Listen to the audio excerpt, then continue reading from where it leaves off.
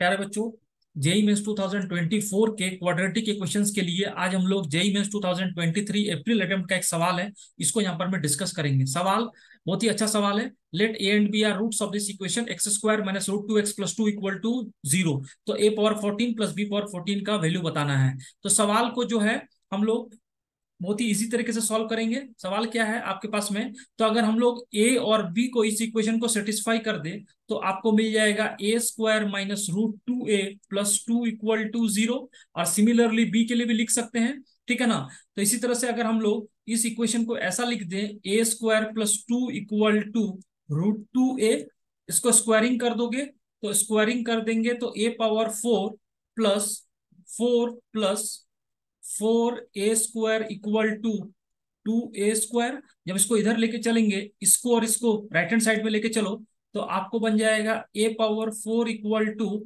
Minus two common निकाल के ए square plus to. और यहां पर मैं ए स्क्वायर प्लस टू फिर से कितने के बराबर है, रूट टू ए। यानी फिर से आपको जो है ए पावर फोर का वैल्यू लिख देंगे माइनस टू रूट टू ए। अब आपको ए पावर 14 चाहिए, तो 14 के लिए अपने को क्या कर सकते हैं, यहां पर में अगर हम लोग ये कर दे ए पावर 16 फोर टाइम्स कर दिया माइनस टू रूट टू ए पावर फोर, तो यहां पर में ए पावर 16 इक्वल टू हो जाएगा, ये हो जाएगा 16 इंटू फोर यानी 64 ए पावर फोर। तो हम लोग यहां पर में ए पावर 14 का वैल्यू लिख सकते हैं 64 ए square since a not equal to zero, क्योंकि ए जो है रूट है, ये जीरो नहीं होगा। इसी तरह से बी के लिए भी सिमिलर इक्वेशन लिख सकते हैं।